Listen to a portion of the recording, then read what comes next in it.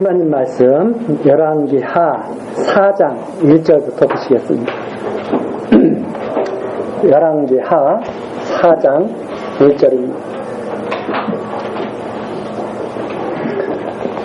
선지자의 생도의 아내 중에 한 여인이 엘리사에게 부르짖어 가로되 당신의 종 나의 남편이 이미 죽었는데 당신의 종이 여호와를 경외한 줄은 당신이 아시는 바니이다. 이제 체주가 이르러 나의 두 아이를 취하여 그 종을 삼고자 하나이다.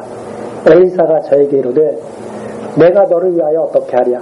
네 집에 무엇이 있는지 내게 고하라. 저가 가로되 계집종의 집에 한 병 기름 외에는 아무것도 없나이다. 가로되 너는 밖에 나가서 모든 이웃에게 그릇을 빌라.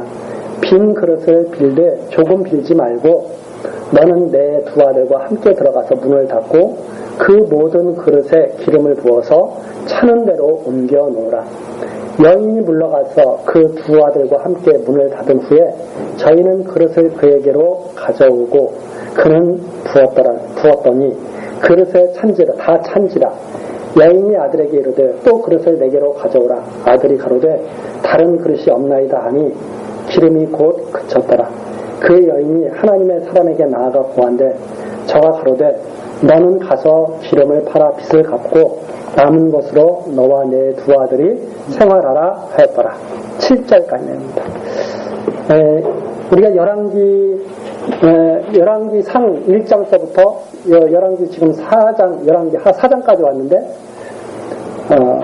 열왕기하 4장에서 아주 유명한 이 지금 사건이 지금 나오고 있습니다. 이 하나님 말씀을 갖다가 우리가 처음부터 끝까지 다 들어야 된다 이렇게 우리가 계속 전하고 있죠. 그런데 다른 하나님 말씀 몰라도 이런 말씀은 잘 알고 있습니다. 사람들이. 왜냐하면 교회에서 이걸 너무나 왜곡되게 전하기 때문에 이걸 잘 알고 있죠. 자, 이 내용을 잘 이해를 하지 않고 사람들에게 이 말씀을 가지고 막 욕심을 잔뜩 불어넣는 그런 오히려 잘못된 말씀을 전하고 있는 것이 바로 이 사건 속에서 나타나는 그런 현상들입니다. 이게 도대체 무슨 말씀이냐? 이게 기름을 갖다가 많이 얻는 방법을 말하고 있는 거냐? 잘 사는 방법을 말하고 있는 거냐? 뭘 말하고 있는 거냐? 이 말씀이 이게 중요한 일이죠. 그래서 이것을 우리가 잘 이해하면서 한번 듣도록 하겠습니다. 자, 우리가 전 시간에 엘리사가 엘리야의 뒤를 이어서 하나님의 선지자가 된 것을 우리가 4장에서 3장까지 해서 살펴봤습니다. 2장까지 살펴봤죠. 엘리사가 선지자 계속 엘리야의 뒤를 이어서 엘리사가 하나님의 선지자가 됐습니다. 그것은 하나님의 뜻이었습니다. 그렇죠?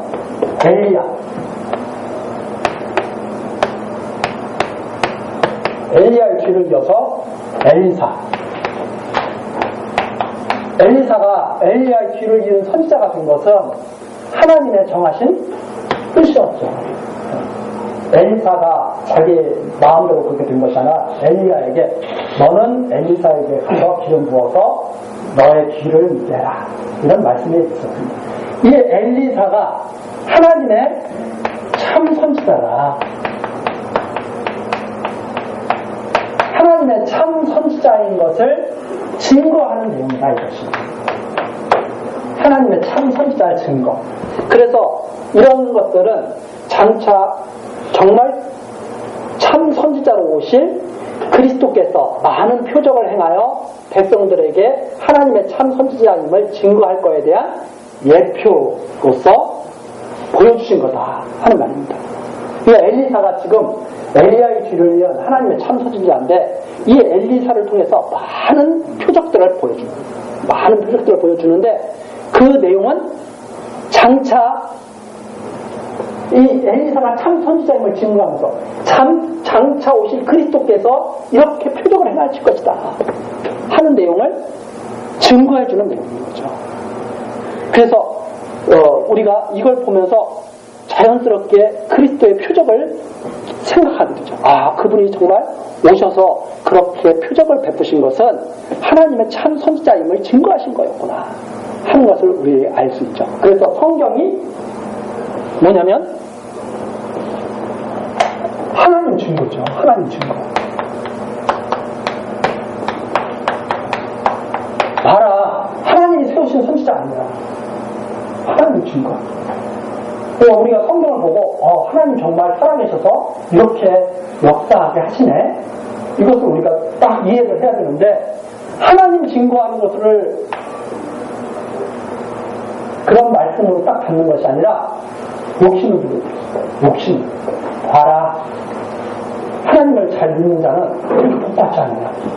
그래서 너희들도 하나님을 잘 믿고 빠른 복을 받도록 해라. 이런 교훈을 계속 쭉 가르쳐주는 거죠. 그래서 초점이 빗나간 것이다. 그렇죠? 우리가 가장 강력한 힘이 있으려면 우리 돋보기를 통해서 예전에 검은 종이 태우는 거 그거 초등학교에서 그런 거 실험하죠. 그때 검은 종이에 불이 탁 붙게 되는데 어떤 때 가장 강력한 힘이 있느냐. 초점이 정확하게 딱 모여질 때. 그렇죠? 돋보기를 통해서 초점이 쫙 모여지면 이 돋보기를 통해서 탁 통해서 햇빛을 통해서 초점이 쫙 모여지면 이 종이에 초점이 탁 모여지면 여기서 팍 하는 불이 나지 않습니까? 정확한 초점이 딱 하나님 말씀에 대한 초점이 있을 때 거기서 강력한 역사가 나타나는 거죠. 그런 거와 방불한 겁니다. 똑바로 봐야 되죠. 이게 무슨 말씀인지. 엘리야가 참 선지자다. 엘리사가 참 선지자다. 이걸 보여주는 표적들을 성경에서 계속 말씀합니다. 봐라, 참 선지자 아니냐. 거기에서 물론 얻어지는 교훈들이 있습니다. 교훈들이 있지만 핵심이 초점. 봐라, 참 선지자다. 자, 그렇게 항상 우리가 염두를 두고 이게 지금 하나님께서 참 선지자를 세웠다고 증거하시는 내용이구나 하는 것을 보면서 이제 한번 차근차근 보겠습니다. 자, 엘리사에게 가르침을 받던 제자가 있어요. 엘리사에게 가르침을 받는 생도들가 있어요. 생도. 선지자의 생도라고 나와 있죠. 선지자의 생도. 지금식으로 말하자면 이렇게 신앙생활하는 무리가 있어요. 이제 지도자는 엘리사죠. 그 엘리사가 딱 가르쳤는데 여기에 보니까 죽었습니다. 생도가 죽었어요. 죽었는데 여인이 그 아내가 찾아온 거예요. 엘리사한테 찾아와가지고 그러는 거죠. 우리 남편이 얼마나 하나님을 잘 경외했는지 아시지 않습니까? 하나님을 정말 잘 경외했던 분이었어요. 죽은 분이. 근데 문제가 있습니다. 문제가 있는 게 뭐냐면 죽고 나니까 빚을 갚을 필요 없어요. 그러니까 한마디로 말해서 부자가 죽은 거예요? 가난한 사람이 죽은 거예요? 가난한 사람이 죽었어. 근데 하나님을 잘 경외했어요? 안 경외했어요? 하나님 잘 믿으면 부자로 살아야 되는 거예요? 가난하게 살아야 되는 거예요? 하나님 잘 믿는 사람도 이렇게 가난하게 살다가 죽는 사람이 있다. 그러니까 하나님 잘 믿으면 복 받고 잘 살게 된다. 반절은 맞고 반절은 틀린 말이에요.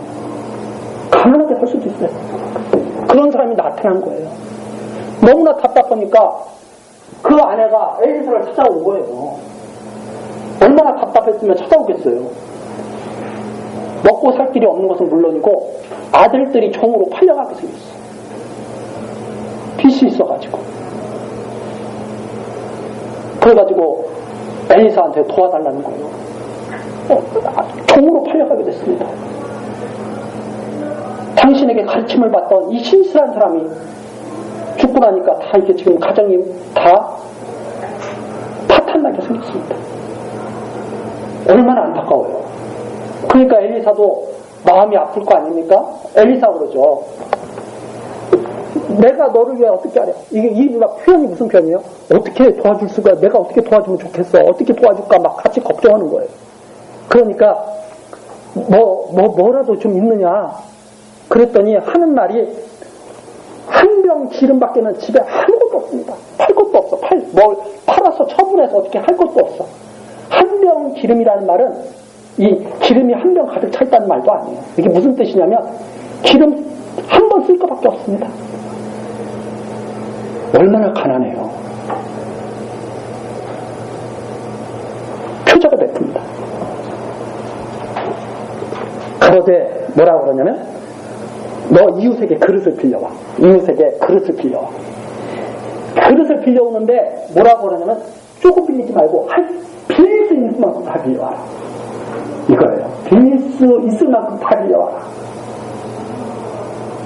자, 그래서 그 여인이 그릇을 최대한 많이 빌렸을까요? 조금 빌렸을까요? 최대한 많이 빌렸겠죠. 최대한 많이 빌렸겠죠. 최대한 많이 빌렸는데 다 그런 거예요.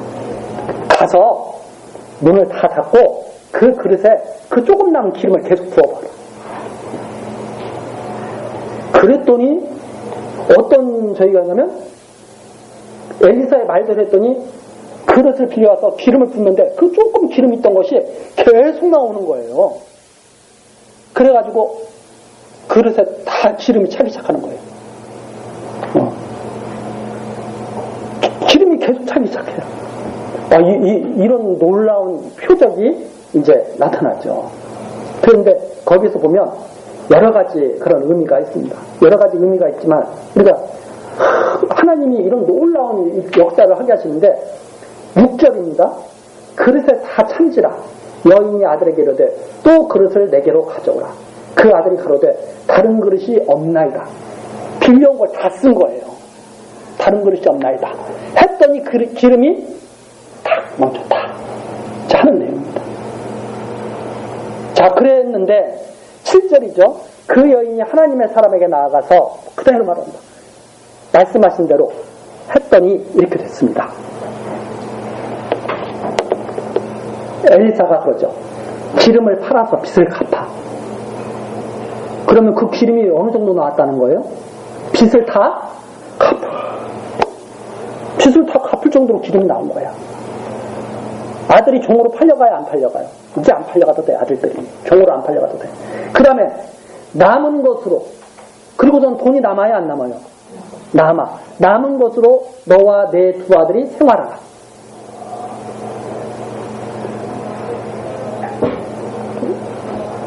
다 완전하게 된 거 아니에요?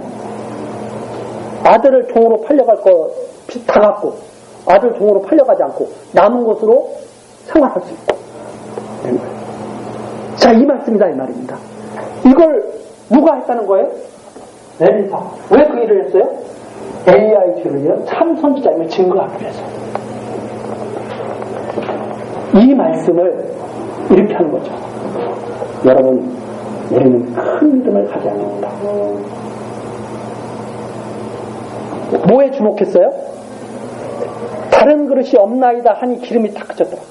여러분, 10개 빌려오고 20개 빌려왔으면 기름이 20그릇에 찰 거 아닙니까? 20개 빌리지 않고 100개 빌렸으면 100개에 찰 거 아닙니까? 그러니까 우리는 20그릇의 믿음을 가져야 100그릇의 믿음을 가져야 돼요? 큰 믿음을 가져야 됩니다. 그래서 우리 큰 믿음을 갖자. 그런 식의 설교를 하네. 근데 그럼 거꾸로 한번 우리가 스스로 한번 물어볼게요. 믿음은 하나님의 선물인가요? 내가 갖고 싶다고 해서 주시는 건가요? 믿음의 분량은 하나님이 정하시는 건가요? 사람이 정하는 건가요? 그럼 말이 안 되는 소리잖아요. 이 여인은 빌릴 만큼 빌렸을까요? 게으르게 조금 빌려왔을까요? 빌릴 만큼 빌렸다고 하는 것이 뒤에 나오잖아요. 빚 다 갚고 너와 내 아들이 생활하라. 하나님이 얼마나 하나님의 백성, 가난한 백성들을 지키시고 보호하시는가가 완전히 증거가 되고 있는데 이걸 가지고 욕심사납게 그릇을 더 가져왔어야 되는데 조금밖에 안 가져왔다. 이런 소리 하면 말이 돼요? 말이 안 되죠. 하나님이 얼마나 은밀한 중에 가난한 백성들을 지키고 계신가를 보여주는 내용이 여기에 담겨있단 말이에요. 너는 들어가서 은밀한 중에 너와 내 아들이 기름을 계속 부어라. 하나님의 은혜가 거기에 계속 은밀한 중에 나타나고 있다는 것을 갖다가 증거하고 있죠. 오히려. 그리고 그것이 족한 줄 알게 하셨다는 것을 갖다가 증거하고 있죠. 근데 거기다 자꾸 욕심을 부려놓으면 어떻게 하는 거예요? 이런 말씀을 통해서 자꾸 욕심을 사납게 그렇게 하는 것이 올바른 게 아니다 이 말입니다. 우리는 하나님의 이런 은혜 속에서 살고 있다고 하는 것을 선지자를 통해서 증거하고 있는 말씀이다 오히려. 그래서 성경에서는 내 은혜가 족한 줄 알라 그래요. 부족하니까 자꾸 구하라 그래요. 내 은혜가 족한 줄 알고 하나님께 감사하면서 살라고 그러죠. 장차 오셔서 그리스도께서 가난한 자를 이렇게 지키고 살게 하실 것을 갖다가 나타내주는 표적이 여기에 의미가 담겨있다. 자, 그것이 바로 4장에 나오는 첫 번째 표적입니다. 그래서 엘리사가 그릇마다 기름이 차는 표적으로 가난한 여인을 도우는 이런 것을 통해서 참 선지자임을 증거하고 있다. 그 다음에 8절서부터 16절까지는 이번에는 수넴의 귀한 여인에게 아들을 약속해서 주는 그런 표적이에요. 자, 거기에 보겠습니다. 8절.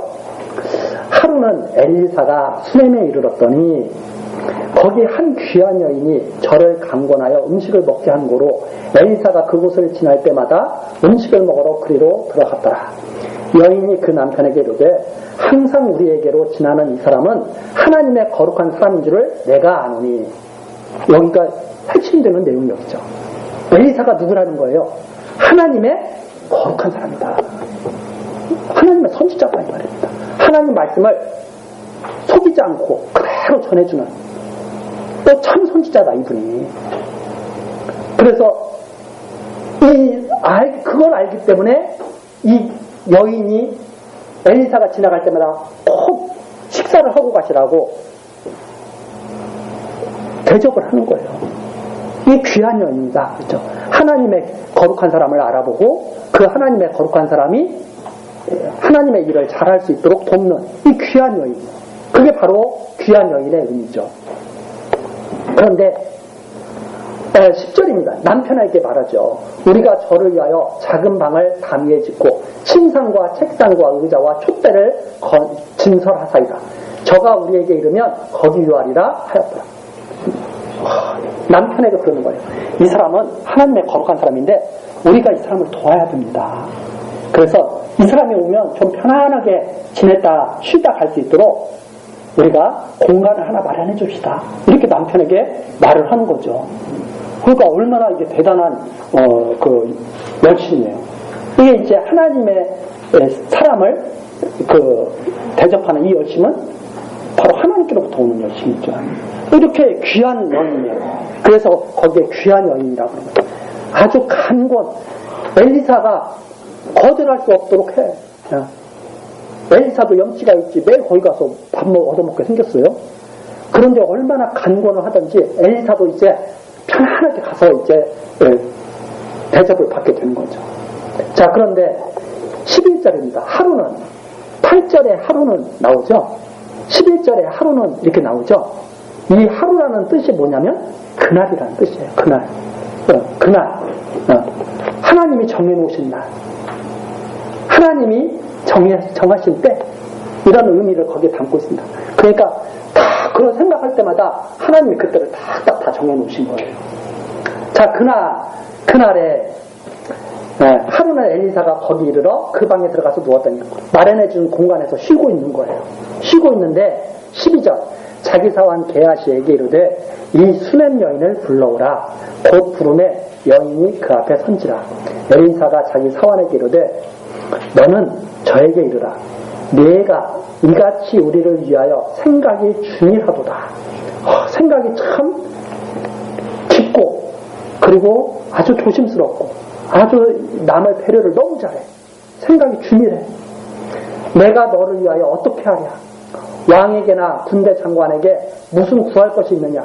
여인이 가로되 나는 내 백성 중에 거하나이다 하니라. 여인한테 물어본 거예요. 야, 이렇게 나를 이렇게 생각해주고 정말 마음을 써주니 내가 너한테 뭐 해줬으면 좀 좋겠다. 이게 서로 이제 오가는 그런 사랑하는 그 마음 아닙니까? 야, 이렇게 나를 생각해 주니 나도 너를 위해서 뭔가 해주고 싶다. 근데 엘리사가 우리가 전에 3장에 나왔죠. 왕에게 이렇게 예언도 하고 막 그래서 조금 영향력이 있다 이 말입니다. 그러니까 엘리사가 혹시 어려운 일 있으면 내가 좀 도와줄게. 혹시 왕에게 구할 말 있어? 아니면 무슨 군대 장관에게 원하는 거 혹시 있어? 내가 도와줄 일이 없어? 이렇게 물어보죠. 그랬더니 이 여인이 뭐라 그래요? 신경 쓰지 마세요. 저 편안하게 살고 있어요. 백성 중에 있나이다가 그 말입니다. 저 편안하게 살고 있어요. 아무것도 원하는 거 없어요. 오로지 그냥 내가 이거 기뻐서 지금 하는 일이에요. 내가 당신에게 뭘 원해서 이렇게 하는 게 아니에요. 이런 의미입니다. 얼마나 이게 편안한 관계예요. 정말 편안한 관계죠, 서로. 그러니까 14절 엘리사가 가로되 엘리사는 또 뭔가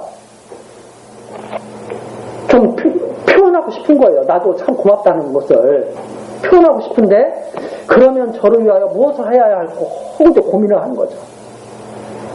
그랬더니 이 게하시가 이제 엘리사를 이제 쫓아다니는 사람인데 종인데 게하시가 대답하되 참으로 이 여인은 아들이 없고 그 남편은 늙었나이다.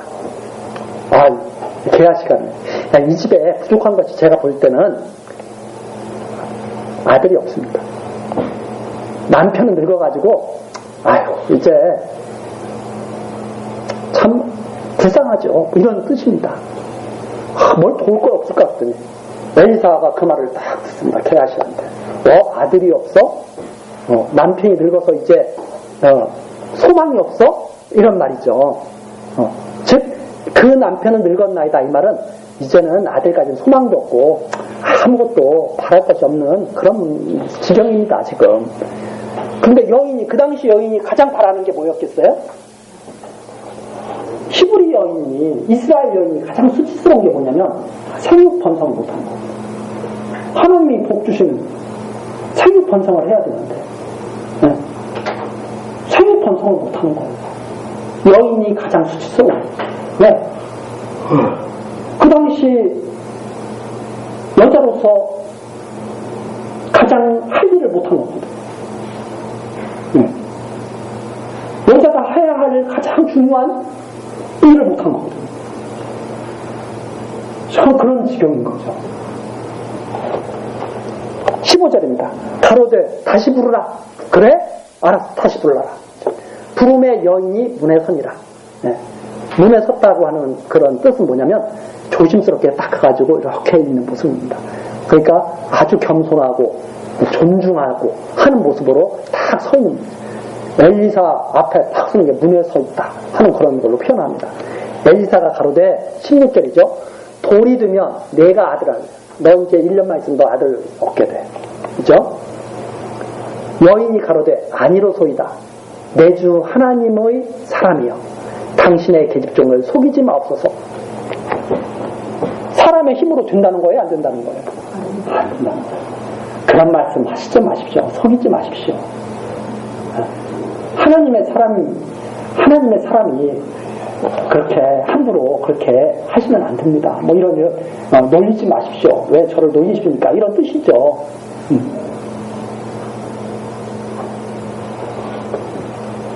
우리가 딱 생각나는 게 어떤 생각나요? 아브라함이 이삭을 얻는다고 했을 때 이런 거 생각나죠. 딱 그런. 그런데 17절입니다. 여인이 과연 잉태하여 돌이 돌아오매 엘리사의 말한 대로 아들을 낳았더라. 자, 이것은 사람의 역사입니까? 하나님의 역사입니까? 자, 하나님의 역사죠. 하나님의 역사인데 이 거룩한 수냄 여인이 그 말을 믿었습니까? 안 믿었습니까? 그런데 왜 돼요?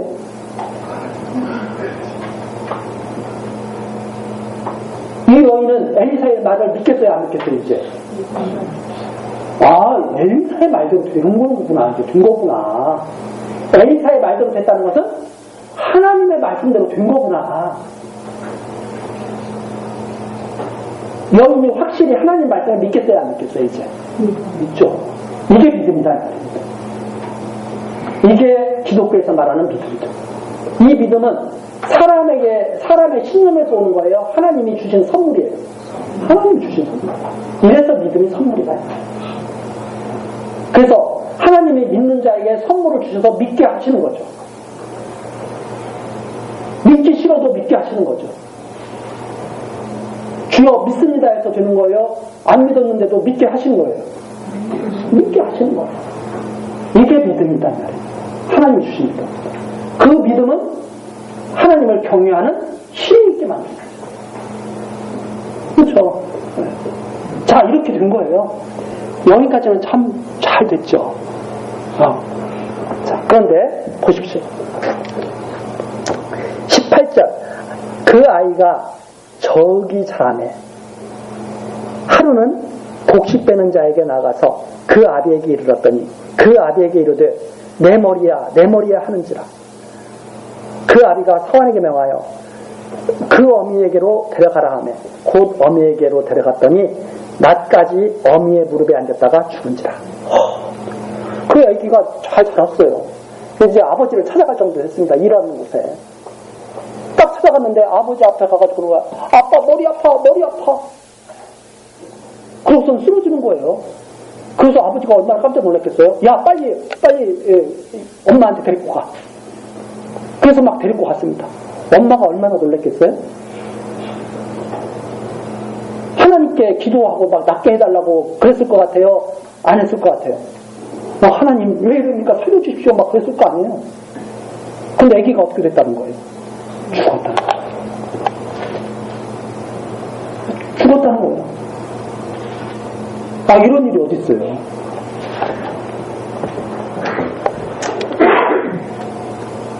(21절입니다) 그 어미가 올라가서 아들을 하나님의 사람의 침상 위에 두고 문을 닫고 나와서 그 남편을 불러 이르되 청컨대 한 사환과 한 나귀를 내게로 보내소서. 내가 하나님의 사람에게 달려갔다가 돌아오리이다. 그 남편이 가로되 초하루도 아니요 안식일도 아니오늘 그대가 오늘날 어찌하여 저에게 나가가고자 하느냐.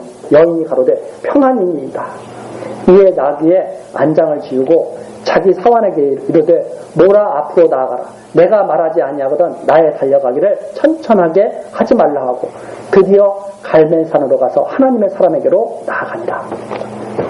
근데 아기가 딱 죽으니까 이 거룩한 여인이 남편한테 내가 엘리사에게 갔다 오겠습니다. 그러는 거예요. 그랬더니 남편이 지금으로 말하자면 일요일도 아니고 무슨 행사 있는 날도 아닌데 초하루 왜 가려고 그러느냐? 그랬더니 걱정 마십시오. 제가 일을 평안을 위해서 내가 갔다 오려고 합니다. 하고선 남편을 안심시키고 하는 거죠. 남편한테 죽었다고 말을 안 해요. 아이가 죽었다고 말을 않고 안심시키고 내가 일이 있어서 그러니까 걱정 말고 내가 빨리 다녀올 테니까 사환하고 같이 다녀가게 해주십시오. 해가지고 사환하고 같이 가는데 사환한테 그러는 거죠. 빨리 가자. 내가 천천히 가자고 말할 때까지는 너 하여튼 최대한 빨리 가야 돼. 해가지고 막 빨리 가서 엘리사를 딱 만나게 되는 거죠. 그래서 갈멜산까지 이게 거리가 상당히 먼 길이에요. 수넴 여인이잖아요. 수넴 여인. 그 수넴에서 갈멜산까지는 한 4-50km 이 정도 거리라고 그래요. 그러니까 막 그 거리를 자동차도 아닌데 그냥 마차 타고 막 하는 거예요. 그래서 달려가는데 만났습니다. 하나님의 사람이 멀리서 저를 보고 자기 사환 게하시에게 이르되 저기 수넴 여인이 있도다. 너는 달려가서 저를 맞아 이르기를 너는 평안하냐? 내 남편이 평안하냐? 아이가 평안하냐? 하라 하였더니 그 여인이 대답하되 평안하다 하고 산에 이르러 하나님의 사람에게 나아가서 그 발을 아는지라. 게하시가 가까이 와서 저를 물리치고자 하며 하나님의 사람이 가로되 가만두라. 그 중심에 괴로움이 있다마는 여호와께서 내게 숨기시고 이러지 아니하리라. 여인이 막 달려오는 것을 딱 엘리사가 보게 됩니다. 그랬더니 너무나 막 급하게 달려오는 거예요. 그러니까 왜 저러지? 무슨 급한 일이 있나 해가지고 게하시한테 너 마중 나가서 무슨 일인지 빨리 알아봐. 이렇게 된 거예요. 그랬더니 게하시한테는 뭐라고 말하냐면 아무 일 아니에요. 아무 일 아니에요. 하더니 엘리사 앞에 가서는 꿇어 엎드려가지고 엘리사를 딱 발을 갖다가 붙잡고 그래. 얼마나 마음이 놀래고 그랬으면, 마음이 급하고 그랬으면. 그러니까 엘리사가 게하시가 아니 이게 무슨 짓이야 하고서 막 이렇게, 그러니까 언뜻 보면은 정말 무례하다시피 붙들어 버린 거예요. 그러니까 엘리사가 딱 하는 말이 아니다 놔둬라. 마음에 괴로운 것이 있구나. 얼마나 괴로움이 이렇겠느냐. 이렇게 된 거죠. 그러면서 물어본 거예요. 무슨 일인데 그러고 하고 물어보니까 여인이 28장. 그러면서 그랬죠. 엘리사도 모르는 거예요. 왜 저렇게 될 것인가를 엘리사에게 다 하나님이 알려주셨으면 알겠는데 엘리사도 미처 그 일이 왜 그렇게 된 건지도 모르는 거예요. 그래서 하나님 여호와께서 내게 숨기시고 이걸 통해서 우리가 알 수 있죠. 하나님의 계획과 작정하신 뜻 이런 것을 다 아는 것이 아니다. 하나님이 알려주셔야 하는 거죠. 자, 그런데 여인이 와가지고 그런 거예요. 내가 내줄게 아들을 구하다니까. 내가 언제 아들 달라고 했습니까? 그죠? 내가 언제 달라고 그랬어요? 나를 속이지 말라고 내가 말하지 아니하다니까. 이런 일을 차라리 없는 게 나을 뻔했죠. 그쵸? 아들을 주시지 않았으면 편안하게 그냥 하나님 경외하면서 이렇게 살 수 있었을 거 아니에요? 그런데 원하지도 않은 아들을 주시고 생각지도 않은 때 아들을 죽이신 거예요. 왜 이렇습니까? 왜 이렇습니까? 물어보죠. 너무 답답하니까. 아니 원하지도 않은 아들을 주시더니 아니 또 왜 아들을 또 이렇게 데려가셔서 이렇게 마음을 괴롭게 하고 아프게 하십니까? 그런 하나님의 섭리를 어떻게 이해할 수 있겠어요?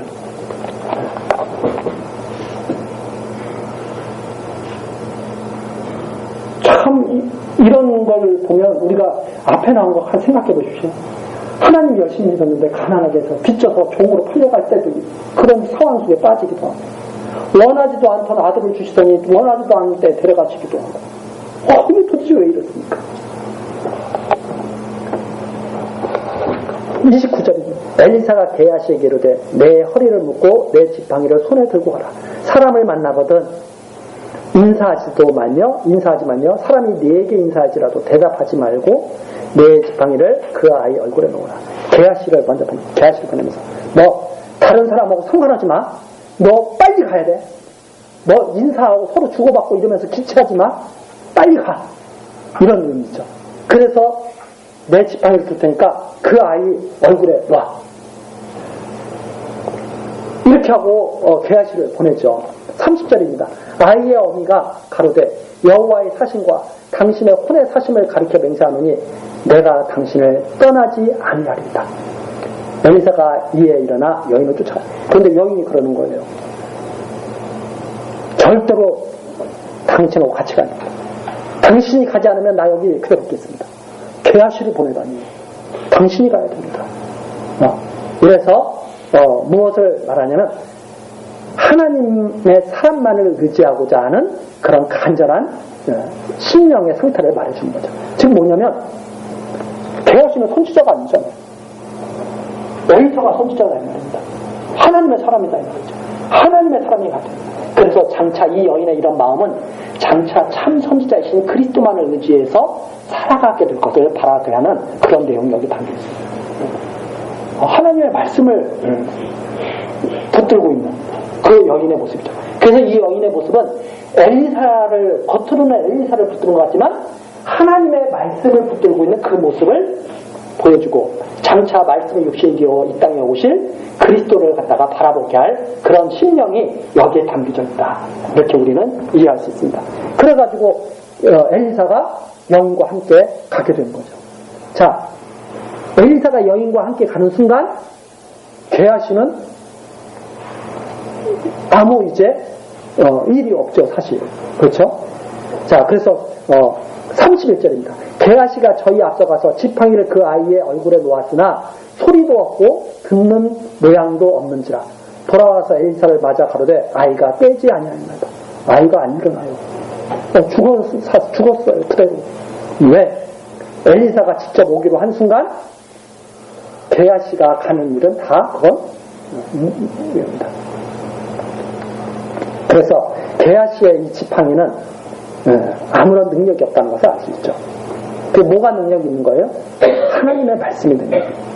하나님의 참 선지자의 말씀이. 그 기도가 능력이 있는 거고, 그래서 이 여인의 그 참된 신앙을 여기에 보게 됩니다. 어떤 지팡이 같은 것, 선지자의 지팡이 같은 것을 의지하는 것이 아니라 하나님의 말씀이 있는 그 선지자와 함께하는 것을 바라보는 이 여인의 그런 신앙을 지금 우리가 볼 수 있죠. 여기서 참된 신앙이 무엇인가 하는 것을 다시 한번 생각하게 하죠. 자, 그래서 이제 엘리사가 왔습니다. 32절. 엘리사가 집에 들어가 보니 아이가 죽었는데 자기 침상에 눕혔는지라. 엘리사가 머무는 곳에 그걸 눕힌 거 아닙니까? 들어가서 문을 닫으니, 자, 여기에 의미가 있어요. 그 공간은 누가 거하는 공간입니까? 엘리사가 거하는 공간이에요. 하나님의 사람이 거하는 공간이에요. 여기에 그 의미가 담겨있죠. 이 귀한 여인이 죽은 아이를 어디에 옮겨놨느냐? 엘리사가 거하는 그곳에 옮겨놨죠. 엘리사가 거하는. 엘리사가 집에 들어가 보니까 자기의 침상에 아이가 눕혀있는 거예요. 이게 상당한 의미가 있죠. 들어가서 문을 닫으니 두 사람뿐이라. 거기에 하나님의 말씀을 전하는 선지자와 그 죽은 아이가 있어요. 그 공간은 엘리사가 머무는 공간입니다. 거기에서 여호와께 기도하죠. 엘리사가 여호와께 기도하고 그 아이의 위에 올라 엎드려 자기 입을 그 입에, 자기 눈을 그 눈에, 자기 손을 그 손에 대고 그 몸에 엎드리니 아이의 살이 차차 따뜻하더라.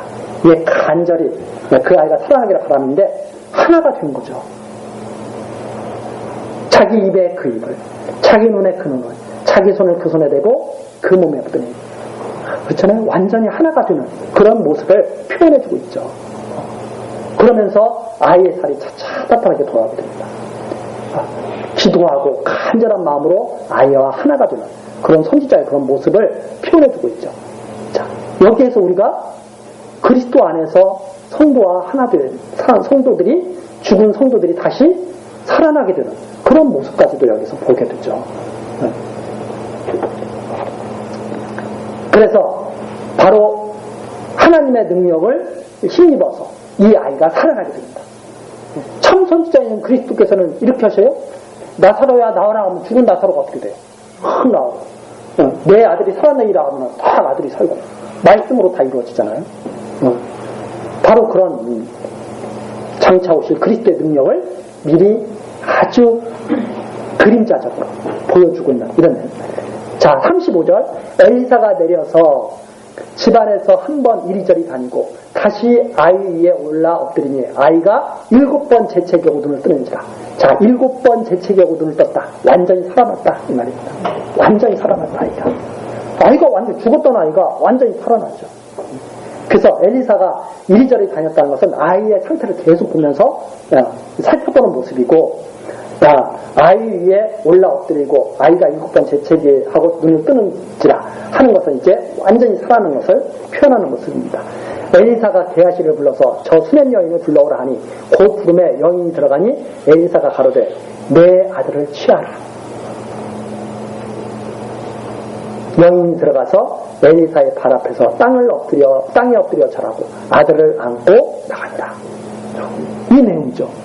자, 이 내용 속에서 이 아들이 하나님이 주신 아들이라고 하는 것을 여인이 헛된 것을 받은 것이 아니라고 하는 사실을 증거하고 있죠. 하나님의 말씀이 여인을 속였습니까? 아니면 여인에게 큰 힘이 됐겠습니까? 여인에게 큰 힘이 됐겠죠. 그래서 이 여인은 담대한 믿음을 갖고 살았을 것이라고 우리는 충분히 짐작할 수가 있죠. 죽은 자 가운데서도 살리시는 하나님의 말씀의 능력을 확실하게 확인했죠.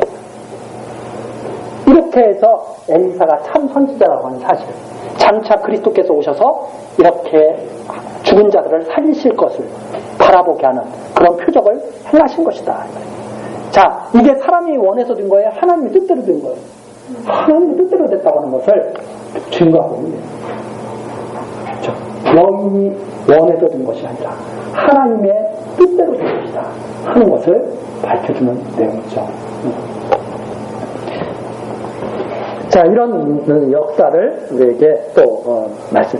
그래서 장차 이것은 예수 그리스도께 오셔서 병든 자를 살리시고 죽어가는 자를 다 살리시고 나사로를 살리시고 야이로의 딸을 살리시고 이런 것을 바라보게 하는 그런 내용입니다. 그래서 예수님께서 이런 표적을 딱 행하셨을 때 사람들은 이 구약의 이런 말씀을 알고 있었다면 그분이 참 선지자로 오신 그리스도임을 확실히 알게 됐을 것이다 하는 말이에요. 지금도 마찬가지죠. 우리가 신약을 읽을 때 그걸 딱 보면서 아, 이분이 그리스도 맞구나 이걸 알게 된다 이 말이에요. 자, 이것이 바로 여인의 아들을 살리는 내용이 바로 거기까지 나와 있고 38절부터 41절까지는 이제는 국의 독을 해독해서 먹게 하는 표적을 행하는 내용이 38절부터 나와 있습니다. 여러 가지 표적을 행하죠. 하나님 말씀 믿으라고. 자, 38절. 엘리사가 다시 길갈에 이르니 그 땅에 흉년이 들었는데 선지자의 생도가 엘리사 앞에 앉은지라. 엘리사가 자기 사환에게 이르되 큰 솥을 걸고 선지자의 생도들을 위하여 국을 끓이라 하네. 같이 보면서 하나님 말씀을 증거하는데 이제 먹어야 되잖아요. 우리도 이렇게 예배 보고 같이 식사를 나누고 교제하고 그러지 않습니까? 똑같이 그러는 거죠. 거의 그러는데 39절. 한 사람이 채소를 캐러 들에 나가서 야등 덩굴을 만나 그것에서 드리를 따서 옷자락에 채워가지고 돌아와서 썰어 국 끓이는 솥에 넣되 저희는 무엇인지 알지 못한지라. 이게 이제 야등 덩굴이라는 것이 어떤 채소인지를 정확하게 나타나지는 않는데 아마 이게 독이 강한 그런 식물이었습니다. 근데 먹을 것이 없으니까 그게 뭔지도 모르고 그냥 딴 거예요. 와가지고 국을 끓인 거예요. 그걸로. 자, 40절입니다. 이에 포다가 무리에게 주어 먹게 하였더니 무리가 국을 먹다가 위쳐가로되 하나님의 사람이여 솥에 사망의 독이 있나이다 하고 능히 먹지 못하라. 이거 큰일 나겠습니다. 이거 못 먹겠습니다. 이거 독이 있어서 이거 큰일 납니다. 이렇게 된 거죠. 그때 41절 엘리사가 가로되 그러면 가루를 가져오라 하여 솥에 던지고 이게 무슨 가루인지는 자세히 나타나지만 뭐 가져오라고 했죠. 그 솥에 던지고 가로되 퍼다가 무리에게 주어 먹게 하라 하매 이에 솥 가운데 해독이 없어지니라. 해롭게 하는 것이 싹 없어지고. 그래서 이것은 장차 사람에게 가장 해로운 독이 뭡니까? 이게 무슨 사약 같은 게 진짜 해로운 독이 아니에요. 진짜 해로운 독은 사람이 가장 해로운 독은 죄야. 죄. 이게 사람을 다 죽게 하는 겁니다. 이런 참 선지자가 오시면 사람에게 해로운 모든 죄악을 제하실 것. 이것을 바라보게 하는 내용이 바로 있잖아요. 바로 엘리야가 독을 제거해서 하나님의 말씀을 듣는 생도들이 해독할 수 있도록 이렇게 한 것을 나타내는 표적이 바로 여기에 있습니다. 그래서 장차 그리스도께 오시면 사망에서 사망에 이르게 하는 독을 죄악을 완전히 제거해 주실 것을 바라보게 하는 내용이 바로 여기 있습니다. 그 다음에 이제 42절서부터 44절까지가 엘리사가 보리떡 20과 채소 100명이 먹고 남는 표적을 행한 내용이죠. 장차 이거 금방 우리 생각나죠. 예수님께서도 오병이어의 표적을 행하셨는데 바로 그런 내용이에요. 조금밖에 안 되는데 그걸로 많은 사람을 먹였다 이 말입니다. 근데 엘리사는 보리떡 20과 채소로 200명이 들고 남는 표적을 해냈는데 예수님께서는 오병이어로 5,000명이 먹고 남는 표적을 행하시는 거죠. 42절입니다.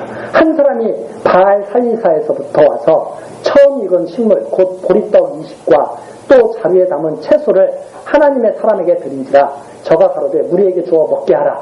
그 사환이 가로되 어찌미니까 이것을 100명에게 베풀겠나이까 하나 엘리사는 또 가로되 무리에게 주어 먹게 하라. 여호와의 말씀이 무리가 먹고 남으리라 하셨느니라.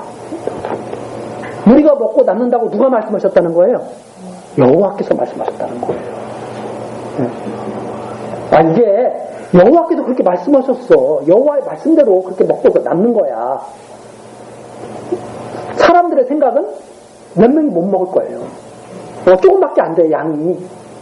보리떡 20 몇 사람한테 붙이겠습니까? 이런 거예요. 그랬더니 엘리사가 아니야. 여호와의 말씀이 먹고 남는다고 했어.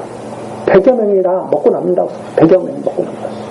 그러면 그 당시에 엘리사 주변에 지금 몇 명 정도가 있는 거예요? 한 100여 명 정도가 있는 거예요. 먹고 남는다고 했어. 저가 드디어 무리 앞에 베풀었더니 여호와의 말씀과 같이 다 먹고 남았더라. 누구의 말씀과 같이? 여호와의 말씀과 같이. 그래서 여호와의 말씀과 같이 모든 말씀이 이루어졌다는 사실을 지금 이렇게 마지막에 증거합니다. 그럼 지금까지 모든 이루어진 일이 누구의 말씀으로 됐다는 거예요? 여호와의 말씀으로 됐다. 여호와의 말씀으로 됐다. 그래서 우리가 여호와 하나님 했을 때 하나님 전능자시죠. 그러면 이 전능자 하나님이신데 이 하나님이 여호와시다. 하나님이 여호와시다. 그 하나님이 여호와라는 뜻이 우리가 다시 한번 잘 정리를 하자면 이런 뜻이죠. 여호와만이 하나님이시다. 여기도 하나님 섬긴다 그러고 저기도 하나님 섬긴다 그러고 이 사람도 하나님 섬긴다 그러고 저 사람도 하나님 섬긴다 그러는데 진짜 하나님을 섬기는 사람은 여호와 하나님을 섬기는 것이다. 여호와 하나님을 섬기는 것이다. 그럼 여호와 하나님은 뭐예요? 이렇게 말씀하고 계시죠. 야, 보리떡 20으로 100명이 먹어. 여호와께서 말씀하셨어요. 여호와의 말씀대로 그렇게 하신대, 하나님. 이랬잖아요. 여호와의 말씀대로 하신대. 사람들이 20개, 떡 20개 가지고 어떻게 100명이 먹어요? 그건 안 되는데요? 이렇게 말하죠. 그런데 하나님이 여호와시라니까 말씀하신 대로 된다니까. 이렇게 엘리사가 전해줘서 먹이라고. 그런데 보리떡 20을 가지고 100명이 먹고도 남았다 아닙니다. 그 하나님이 여호와시다. 그래서 하나님이 우리가 어떤 하나님이냐? 바로 그 하나님을 씁니다. 그러면 말씀대로 이루시는 하나님.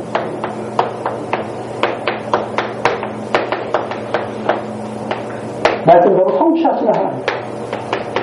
말씀대로 성취하시는 하나님을 우리는 섬긴다. 자, 그러면 말씀대로 성취하시는 하나님. 아브라함에게 내년 이맘때 이삭이 있으리라. 안 되는데요? 될까요? 안 될까요? 하나님의 말씀이면 된다. 근데 이 말씀에는 뭐가 써 있어요? 그 하나님의 뜻대로 이루시는 그 하나님을 우리는 섬깁니다. 사람이 원하는 대로 이루시는 하나님이 아니라 하나님의 뜻대로 이루시는 하나님을 우리는 섬깁니다. 자, 조금 더 가서 야곱이 리브가가 야곱과 에서를 잉태했을 때 태어나기도 전에 큰 자가 어린 자를 섬기리라. 그 말씀대로 이루시는 하나님을 우리는 섬깁니다. 그러면 에서는 죽었다 깨어나도 야곱을 밑에 둘 수 있어요? 없어요. 그렇게 하시는 하나님을 섬긴다. 근데 그게 태어나기도 전에. 그럼 어떤 하나님을 섬기는 거예요, 우리는? 태어나기도 전에 나의 갈 길을 다 정하시고 인도하신 그 하나님을 섬기죠. 그 하나님이 아니면 하나님이 아니라는 말이에요. 그래서 그런 하나님을 안 섬기는 사람은 성경에서 말하는 하나님을 섬기는 것이 아니라는 말이에요. 똑같이 하나님 이름 부른다고 하나님 섬기는 거예요? 아니라는 거예요. 그것이 바로 성경에서 여호와만이 하나님이시다 하는 말이에요. 여호와만이 하나님이시다. 우리 찬송 부를 때 나의 관계를 타가지고 누가 인도하신다는 거예요? 하나님이 인도하신다는 거지. 내 마음대로 간다고 누가 그랬어요? 그렇잖아요? 우리가 어떤 하나님을 섬깁니다. 여호와 하나님을 섬깁니다. 당신의 뜻대로 우리를 구원하시기 위해서 그리스도를 보내셨다는 말입니다. 그러니까 하나님의 뜻대로 그리스도가 이 땅에 오신 거죠. 하나님의 뜻대로 우리는 그리스도 안에 존재하게 하신 거죠. 그렇죠? 그 하나님의 뜻입니다. 그래서 여호와 하나님 했을 때 그런 의미가 있다. 하나님이 어떤 분이냐? 그걸 우리가 확실히 안다면 이 여호와 하나님을 우리가 경외하는 것이다. 자, 그 내용이 바로 4장까지 나왔습니다. 우리 다음 시간 계속해서 5장 내용도 계속 살펴보도록 이렇게 하시겠습니다. 기도하시겠습니다. 언약하신 말씀을 따라 모든 역사를 성취하시는 하나님, 이 시간에도 엘리사 선지자에게 말씀하신 대로 모든 일을 이루셔서 여호와만이 하나님이심을 믿게 하시니 감사와 찬송을 드립니다. 우리들의 신앙이 사람들의 망상에서 나온 헛된 것이 아니라 하나님의 계시로 되어진 살아계신 하나님께 참으로 인정받는 참 신앙이 되기를 우리들이 소원합니다. 하나님, 우리들에게 지각을 열어주셔서 하나님의 말씀을 바르게 읽고 바르게 깨닫게 하시며 하나님의 말씀의 능력으로 세상을 넉넉히 이기고 승리하는 주의 백성 되도록 또한 은혜를 베풀어 주옵소서. 하나님께서 정하신 뜻대로 우리의 모든 앞길이 형통케 될 것을 믿고 소망하오며 예수 그리스도의 이름으로 기도드리옵나이다. 아멘.